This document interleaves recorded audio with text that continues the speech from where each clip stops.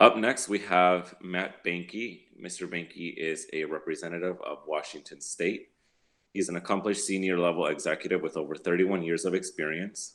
This experience focuses on lead or supervisory management roles at multiple levels within an international organization. Mr. Boehnke has a proven record of accomplishment in business strategy management, acquisition planning, and system integration, aligning efforts with ensuring technologies are deployed and work within the overall framework and customer requirements. He's a skilled program and project manager with a demonstrated history of leading complex IT infrastructure efforts. Mr. Boehnke also has an extensive experience in planning and leading strategic and operational change in large organizations. As Mr. Boehnke would probably say, change is not always easy, but it is often necessary in order to survive. Mr. Boehnke, you have the screen. And thank you, Leo. Good morning to everybody. Hopefully you guys hear me okay. Everything good to go? All right. Well, good morning. My name is Representative Matt Boehnke from the 8th Legislative District here in Washington State. And I'm just honored to be a part of this team and this effort that's going on with Blue Marble. A couple of you reached out and asked me things to be a participant in what's going on. And part of that reason is being a leader in the space industry is one of my priorities here in the state of Washington.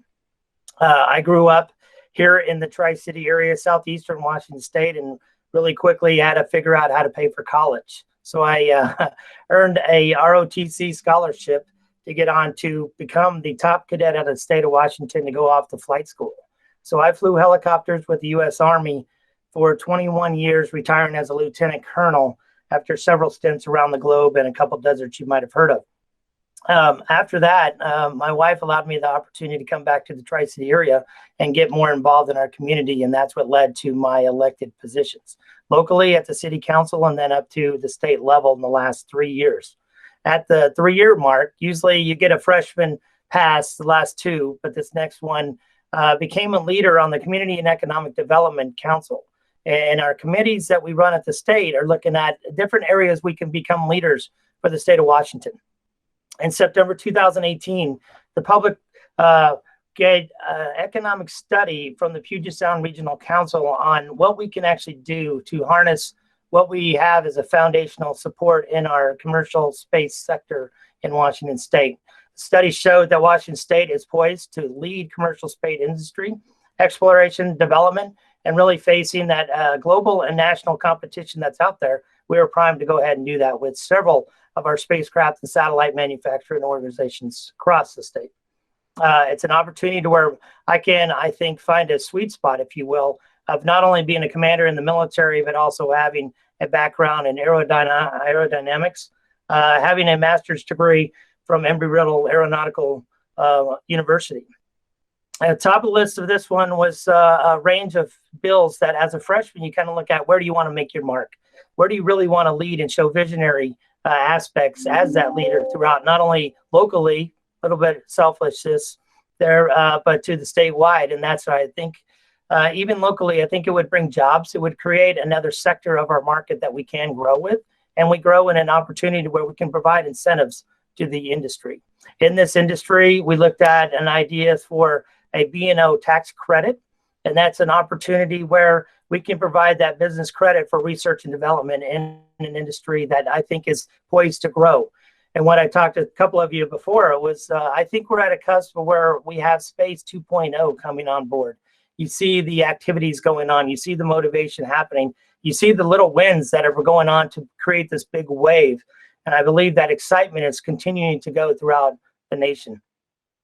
This bill would create a high technology sales and use tax deferral that would allow that growth, that when you come in and you construct these research and development pilot scale industries models that allow you that opportunity to defer that credit throughout the state. Of course, locally, I would tell you to come to the Tri-City area. We have land to grow. I turn into my Department of Commerce or my Chamber of Commerce speech where we have great sunshine for the state of Washington. We're kind of like Arizona and a mild temperament, even during the winter sectors there. And we have a large defense population where we've been working with the Department of Defense, Department of Ecology, and Department of Energy because we have the only nuclear power plant in the state of Washington. So we have cheap power that's sustainable, that's working very well. we can then grow that into a sector that we have the largest per capita scientists in the nation. We have a research and development already with the Pacific Northwest National Laboratory that's kind of a lead in that element. And as a professor of a computer science department here at a local community college, I believe we have a STEM workforce that is poised to go on to support that workforce of the future. With that credit, I think we can have an opportunity where we can lead in the education sector to where we can provide those jobs and that pipeline into it. We can look at the research and development as we go forward, but also attract that high level of technology that you're seeing grow through SpaceX, through Blue Origin, and some of the other industry leaders as well. So with that, I guess I can stand by and ask or answer any questions you guys may have of me of how that's going to impact the state of Washington and across the nation. Sure. The first question that we have, Mr. Boehnke, is what kinds of conversations has he had with his other congressional colleagues across the aisle on this topic? That's a great question. When I ran the bill last year, we called it the space bill, of course, going out there. And I had 3 of them that were similar to this area. They were poised off of bipartisan efforts prior to me even coming to the state legislature. So there was already other Democrats who were leading some of these efforts. I reached out to them, and in their communities around the Everett, Seattle, Puget Sound area, they jumped on board to help me out. We were co-sponsoring on this legislation, and it moved really quickly from the community economic development, went out to appropriations, got through the House, and actually died in the Senate. And that was the last session. So then, of course, COVID hit. This kind of got pushed on the back burner, but I'm still running these type of efforts to where we can increase the jobs and we can create this industry of the future. And a lot of people are signing on even now to continue that effort. Okay. Representative Boehnke, really grateful that you're here with us. Let's kind of have a bit of a conversation about this, right? When we first reached out to you, it was thanks to Aaron in the AFA. So, hey, Aaron, thanks for joining us today. When we first started talking about this, this idea that Lila and Tim have had about the Space Act, we started looking at who was doing interesting work around space, innovative work around space at the, in the various state level and federal level Congresses. And candidly, there's not a lot. So it was coincident that you were in my own backyard, so you're not my representative. We're like one district over, but it's coincident that you're in our backyard. So that's really terrific. How did you decide this was the thing for you, right? Like, you've got your background, and that's great. That's interesting. But there were so many different options you could have taken to make your mark. Why this one? What made you say this is the thing I want to pin my reputation on? Thank you, Michael, because it means a lot. When you come to the state, you want to do that. You want to have something that really, whether it's a marketing plan or you want to leave your impact on the community. I always tell my kids, no matter what you do, you want to leave a legacy. That's kind of been my motto since high school all the way to college. And every step of the way as a leader, you want to showcase what those strengths you have to bring to the table. You mentioned the first one. I have a passion for aerospace. Being a helicopter pilot in aviation and all the years I've been flying, I don't know, since I was a kid, I got the bug and wanted to make sure we can leave this earth somewhere throughout the days. I felt like I feel more comfortable in the air than most other places. The second piece is when I made it to the state, got an opportunity to go up and meet the great people with AFA, or a lot of the aerospace communities around our state. I started seeing this opportunity that's going on there. And we had a structure that was supportive of Boeing, large manufacturer in our state, and what's going on. And there's been some troubles since I joined almost from day one with industry leaders with there. So I thought, all right, what's a great solution we can do? We can help reach out. We can start supportive. And then, of course, COVID hit was the third model. So when COVID hit, everybody's talking about, people who are out of work, impact jobs, workers leaving our state. And our number one is manufacturing leaving our state. So how do we continue to work in an industry where we can support and really showcase? And I think this is a bigger answer to your question, is where can we as leaders showcase a vision better than having a bill that is bipartisan effort across the state and across the nation that says, we want you to work here. We want to continue to have your families here, put a roof over your head and food on the table. And we want your kids to stay here. You want to come to the state of Washington because we are supportive of an industry that we think is going to grow. And we know it's going to grow really rapidly, as you see. I think, and then my other piece is I'm a little selfish. I think, I want it right here in our backyard. I think it's where we can showcase that across the state and across the nation, that we have people who are very smart in our state. I've met many of them. Aaron knows as well. A lot of the members of AFA and others I've met personally, had some lunches prior to COVID, and the tremendous work that they're doing, I think is amazing. And I think we need to push that on full speed ahead. And I think this is a prime opportunity now more than ever to do that. Terrific. When you talk about, normally when we go to a space conference, we talk about big cool rockets, we talk about missions to the moon and missions to Mars, and we're all for that. We're all, emotionally interested in that stuff. Otherwise, I don't think we'd all be on this call in the first place. When we shift gears, and I think a lot of people on this call that are new to what we're doing are surprised that we start talking about politics and money and building constituency and building a groundswell, a street team, if you will. That's not a typical topic in a space conference. So we surprise people with that. Can you just kind of walk us through, you went very quickly about how your individual bill went through the steps. I'd like you to go a little slower on that. Walk us through how that happened. And then I want everybody who's thinking about this to think about how this would happen in their own state, at their own level. Now, full disclosure, you're trying to make Washington State more competitive against the other 49 U.S. states, but we also have a lot of folks not from our country on this call and watching these videos. So I need you to take a couple steps backwards and simplify, like, how does this happen at the local level, and then extrapolate that. No, and thank you, Michael. I appreciate that context. To kind of get you really into the groundswell, as you really run for office, you start looking out and saying, what are some of the needs in my local community, in my region, and across the state?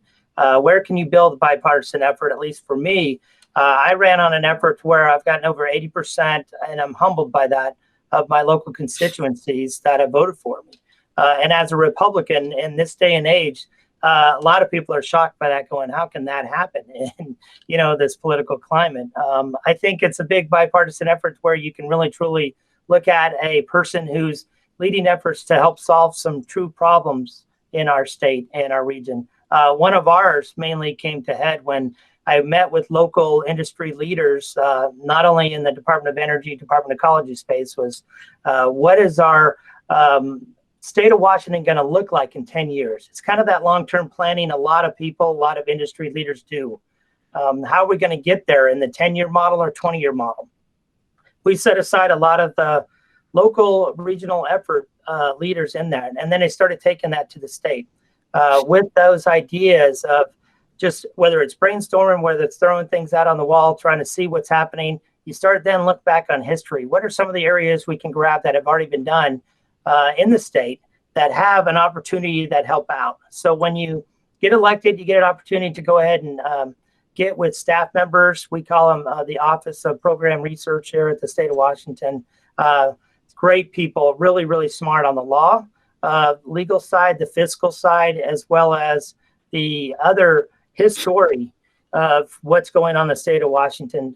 You don't want a bill that's redundant, that's already been done before because it's already codified in law. But B, you want to make sure if there's something, and especially when it does the fiscal impacts like this, if it's run out of time, maybe you want to just extend something for a future date. And that's what you call the low-hanging fruit I was looking at and saying, well, this to me was already a bipartisan effort that allowed us economic growth, allowed us that workforce development, hit a lot of those pillars that we mentioned before. And so we brought that into a draft policy context. I got that draft policy to some of my key leaders in the House and the Senate through the state, and then continue to work with our industry leaders at AFA and around the state of Washington themselves. Once you start getting that together and solidify that, then what we call is you drop the bill into that process of actually creating law. And every state's very similar to this, to where then now it's a bill, we get a number on it, now it goes to committee. We fight for and advocate for having a hearing within that committee. When we have the hearing within there, we have testimony from industry leaders, from people in our community, from just private citizens. And a lot of people nowadays, especially with COVID, can call in, they can write in, they can offer different types of testimony through the hearing process. The bill gets voted on to get out of committee, and then it moves usually to a fiscal committee after that to look at the fiscal impact that they may have across our state, to give it another look on it. So we start with policy, then we go to fiscal, we get that budget piece on it, then it comes to the floor of the House for a vote of everybody, of the members of the House. Once that passes from the House, it does something similar going over to the Senate. And then from the Senate there, it goes to the governor's office to get signed into law. And that's kind of how it works in the state of Washington, really, really quickly, I guess, redundant. There are basically on that part. Thank you. Sure. Representative Boehnke, we actually have a question from Inara who had asked, can you give us, is there any advice that you can give us on how to make that more effective in supporting the Space Act of 2021? Yes, that's a great question, because I was looking into that and how we can tie that in. So in the military, we had this saying when I worked at the Pentagon, where you can then build this foundation of success, we called it. And so this is that interweaving, what you mentioned about from the state level, we can tie into that federal level, and you can see where there might be some gaps. And the more states can see that, we can have one standard across the nation that we can build on the successes at the federal level, and really take that leadership to where we're going to go with the space industry. And I believe each state will kind of have a differences, a little bit nuances, because of every state is not quite the same, frankly. And that's good and bad for other, different things. But it's really the people of how you can tailor it to the different economic regions around our nation. And I think that's where the flexibility of the federal government allows us to do it in the state. And the state maintains, one of my priorities is really a little bit more local control of, maybe we have different sectors that we have expertise in, and we can shine in those expertise areas. We can lead in that industry involvement and move that forward. And I think that we definitely help out where we can go and showcase, whether it's a B&O tax credit, show it specifically to that question of how we can leverage that at the national level. And then we can expand that in different areas to the federal fiscal policies that you see coming out of Congress as well. So there's a couple areas that I think help out. My goal always is to incentivize manufacturing and research development and what we can do in our nation to showcase the rest of the world how we are leading in this industry, and we attract the best and brightest individuals around the globe. Do you have an example? So first of all, let's talk about B&O taxes that Washington has. It's different from other places. And then how would that credit impact companies like mine, like Boeing, like SpaceX, like Blue Origin, that have huge facilities here? And then small companies, how does that B&O tax credit affect them? Yeah, great question. So this one would create, we call it the high technology sales and use tax deferral. So it would defer any of construction, expansion of existing research development facility, or even if it's a pilot scale manufacturing facility. And so that's even including machinery, equipment purchases, research development related items that can come after that and then be eligible to a certain time frame. A lot of people are scared that we leave things open, so we always have to put a date on there of some type to where it can go through, and then really gives us checks and balances to where we can go back and see, is that really working, or do we need to do something better? And I always like that. If always I'm a glass half full, you already tell from this phone call. I'm an optimist. I'm a positive guy that always looks to the future and how we can leverage those state sales tax and use some of that deferral, because I think it's one of those, if you build it, they will come. And we've seen that in the state, and we built a lot of that foundation. But I think it's stifled by some of the other economic policies we have in here. I think if we cut off some of the red tape and some of the regulation, we can allow that to grow and allow it to prosper even faster. And then again, recruit and retain for the future. Cool. I'm certainly enthusiastic for that plan. Robert Boehnke, how many jobs will this create over the next 5 to 10 years? And when does the first one of those new jobs start? So we're looking at a possibility with the Puget Sound Regional Council of up to 6,000 positions, if not more. And that's what's a great opportunity. And I think it's a positive. You can tell even at 7 in the morning with 1 cup of coffee, I get excited about this a little bit of passionate. So every time we get talking, it's like, you're not, focused on the way we taught you to speak, stick to the talking points. This is where I get back to being an Army guy. I just speak from the heart and say, this is the excitement part of that future growth. That's just, I think, on the conservative side. So if we see that as 6,000 jobs, just an current expansion of our, industry right now, I look at what Michael was talking about earlier, the other pieces that we're going to, not just the sexy part that we all are here on board for, of course, but the other build out of the second and third order of effects that we used to call it at the Pentagon. Once you have your primary effort, we have what we call that supporting effort of manufacturing, where we can support that supply chain economics, if you will, and kind of build into that, where it's different parts and pieces that build back to industry and then go even further downstream into the workforce, to where I look out into my community. And frankly, I got to share, we have a lady from Richland High School.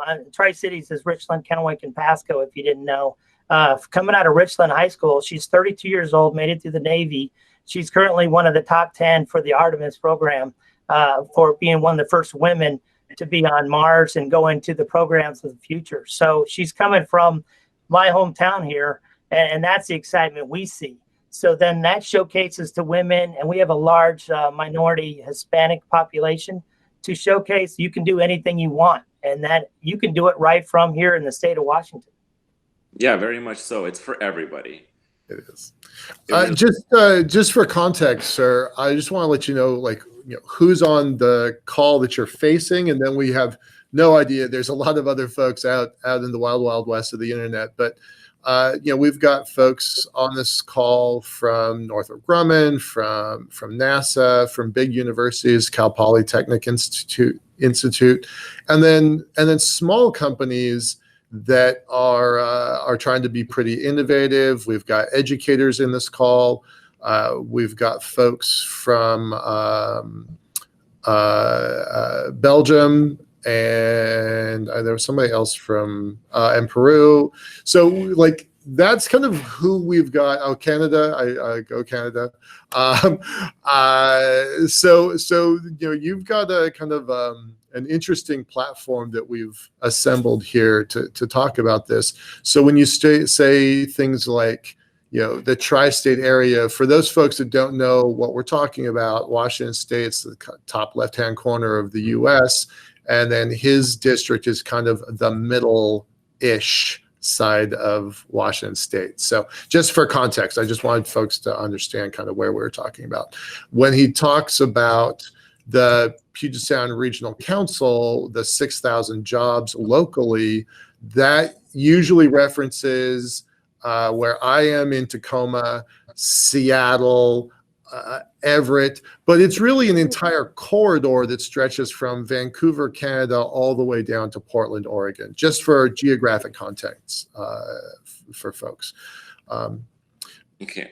One really interesting question that I wanted to ask you is, how can this be adapted or support other ground side industries? That's a great question. So how does it grow to other industries? I've actually adapted this to a build best manufacturing bill. Literally came off the floor 100% with I think I had one no vote yesterday out of the House before our cutoff for bills.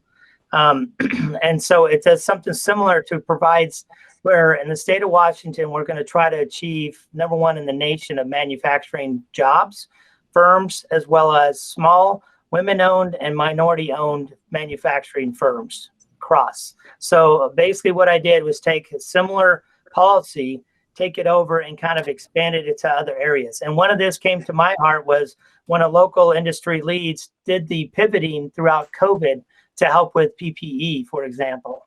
And that's getting that protective gear, that's getting that COVID response to our local health departments to help supply chain when we were worried about masks, about face shields, about our hospitals being overrun during the pandemic 9-10 months ago. So it's to incentivize not only the flexibility of what our expansion on manufacturing should be, but also showcasing where we have been flexibility within our manufacturing areas that you can pivot, you can showcase what you do in a time of crisis. We can support our communities and leverage that. So it allows some flexibility within the policy that I would offer up to other states and be very supportive of anybody who's interested to follow back up with them and how we could adapt that to other specific industries as well. That's really interesting, Mr. Boehnke. We actually have another question from one of the people here. Mr. Andrews asked, can university get behind supporting legislation? Because this bill would be a no-brainer for schools like the University of Washington. Yes, be happy to chat with you because that's where we're targeting. It's University of Washington, Washington State. You know, I'm in Cougar Country. That's Washington State University's mascot on the eastern side of the state. But it goes across a lot of fields, whether it's science, technology, engineering, math, specific focus. I teach cybersecurity within the computer science departments, but we can also leverage into the business departments. I was meeting with local Washington State University out of the Tri-City area business department leaders on how well they wanted me to speak on the business impacts that this has. So then we have future leaders that want to be project manager, future leaders that are women who are going to own businesses in this community. And that's the excitement that I get, that you can already see it in their eyes when they're sitting in the front rows of our classrooms that are so excited about, hey, this is another opportunity. I can make my mark on the world. And I didn't even know this was offered to us. I have questions like that all across the board. So we welcome, any support from University of Washington. They can help write in, they can have written testimony, but also then I think what tells the story in front of us as elected officials is when we see individuals sitting in the front rows of our committee meetings, and we see them online, during this time of COVID, that they're speaking on behalf of this and then hosting their events, and it kind of spreads the wealth, if you will. Whether University of Washington, they want to have something hosted on their campus to discuss this. I've had a couple invites from local, college students who are working in the local areas about business entrepreneurs and those types that have asked me to speak at, their meetings as well. Yeah, I think it's very important, and I absolutely, it's fascinating what you're doing because, like I said, space is for everybody. I mean, I myself grew up. I was speaking to Lila about 2 weeks ago about this. As a little kid, I would put the glow-in-the-dark stars up in my room, so I can see them, and I always thought, what kid doesn't dream about going to space? It doesn't really matter who you are. I mean, space really is for everybody, even if you're a little kid or if you're somebody who's more mature, who believes, what, I'm working a 9-to-5 job. This could still be for me. It's not, this is part of a movement. So it's really fascinating. Thank you so much for all that. I'm going to ask you one more question because we have 5 more minutes, Mr. Boehnke. Is how big is the manufacturing footprint and how long for setup, workforce training for said facility? I don't know. I may turn that over to Erin. She may know more specifics on our current industry footprints. I know just coming out of some of the studies with that Puget Sound Regional Council of the impacts of our industry leads here in the state that we currently have, and that's with Blue Origin and as well as Boeing, some of the aerospace subcontractors that have gone on with that, and even the satellite manufacturing as well. I know they're expanding to Spokane. So again, contacts of Eastern Washington coming out to Spokane, which is further east, almost tying into Idaho, and almost closer to the Canadian border. So we have a lot of that spreading out across the state and getting the different regions. I know Moses Lake is now even primed as a secondary runway, because we have sometimes a backup runway in case the space shuttle had problems. They would land in Moses Lake in central Washington because we have one of the largest runways out there. They do retrofitting of a lot of the aerodynamics of aircraft in the aircraft manufacturing community, but also they're expanding into other fields that are helping out that as well. I would turn that over to Erin, see if she had anything to add to that question. Yeah, it's such a broad question. I talked to so many manufacturers and little shops, but and even the pivoting piece is more challenging. You know, people are finding it a little more challenging than they wish it would be. But yeah, it's such a broad question, but you're right, they are growing all over. If I could add one thing though, back to a few questions that you asked ago, Michael, and I wonder, I think you'd agree, Representative Boehnke, is getting industry involvement with the legislation. When you brought up at a state level and then therefore what'll lead to a federal level, we are, groups like us, and then I'm sure in every state, we're created to be the liaison between industry and these lawmakers, to educate lawmakers and therefore get change, like actual tax incentives and actual real incentives. And so even if you are so busy, you know, as people are, but to send a delegate, to send people to stay educated and get involved with groups like ours, they're offering this. Yeah. All right, perfect. Well, I think we're almost out of. I'm going to add one piece to that. Again, for folks that aren't local here to the area, when you see SpaceX launching just launch after launch after launch of their new Starlink satellite network, I think they have they're the largest network of satellites, privately owned satellites in the world now. All of those are being built in Washington State. So we have become the satellite, I'm going to call it the Ford factory of satellites, right? How Ford kind of invented the industrialization process to mass produce cars. Washington State has taken a leadership position in mass producing satellites. So the Amazon Kuiper network is being built here in Washington. I believe both of those networks are being built in Redmond, Washington, which is kind of north and to the right of Seattle. So when we start talking about manufacturing, and Representative Boehnke is representing Washington State, that's the kind of stuff that we're talking about. Hundreds or thousands of people building tens of thousands of satellites locally. Additionally, Blue Origin, their headquarters is here, although they are putting some, they have a big footprint in Texas, another one in Florida. That's a 4,000 person company, also talking about manufacturing for space. Those are just two examples. So just to give context. Okay, Leo, back over to you. Sorry. I want to say thank you so much to Mr. Boehnke again, like for everything that you're doing. It's really inspirational, and thank you so much.